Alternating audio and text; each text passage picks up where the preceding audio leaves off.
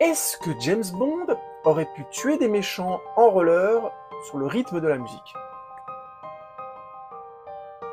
Peut-être, peut-être.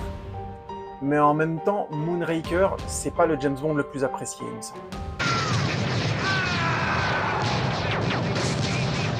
Argyle, c'est l'histoire d'une autrice qui rencontre le personnage de son roman. Et ce dernier, il est franchement moins glamour dans la réalité vraie. Hein. Au point que l'imaginaire et la réalité finissent par sérieusement se mélanger. T'es fou, quoi. Matthew Vaughn est devenu réalisateur de films d'espionnage. C'est son 4e film d'espionnage de suite. Après Kingsman, qui est génial, Kingsman Le Cercle d'Or, qui est beaucoup moins génial mais qui est très cool, Kingsman Origins, qui est toujours aussi cool, et donc Argyle, qui est exactement le même délire en fait. Je sais, vous pensez, s'il n'a rien à dire, il ferait mieux de se taire. Sans déconner, il renouvelle à chaque fois les mêmes recettes. C'est James Bondien à base de gadgets en tout genre. Qu'est-ce que ça veut dire que ceci? C'est bourré de retournements de situation, pas surprenant, hein, mais plutôt bien amené. Interprète. Et les scènes d'action sont excellentes à chaque fois, mais elles sont tellement inventives qu'elles en deviennent absurdes et loufoques. Gym kilo,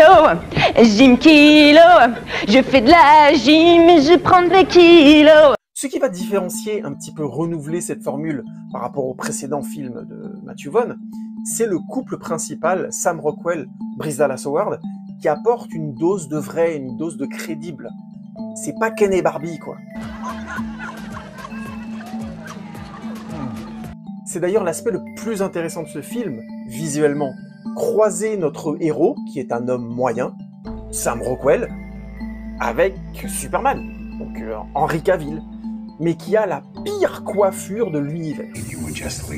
Incarné à l'image de notre fantasme du héros, et le héros, eh ben, c'est bien vu, ça fait du bien dans un film où l'héroïne est une femme de 40 ans qui n'est ni anorexique, ni bodybuildée. Ça fait juste du bien, un tout petit peu de réel de temps à autre. Awesome barbecue, awesome pool. Pour résumer, si on est prêt à accepter des héros qui ne ressemblent pas à des gravures de mode de sport and fitness et qui en plus s'en moquent, bah le film passera très bien. C'est quand même bien fait.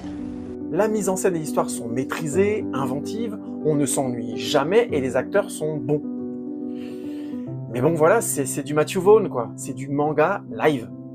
Donc tous ceux qui ont quelque chose contre l'animation japonaise, j'ai envie de leur dire sayonara. Yeah!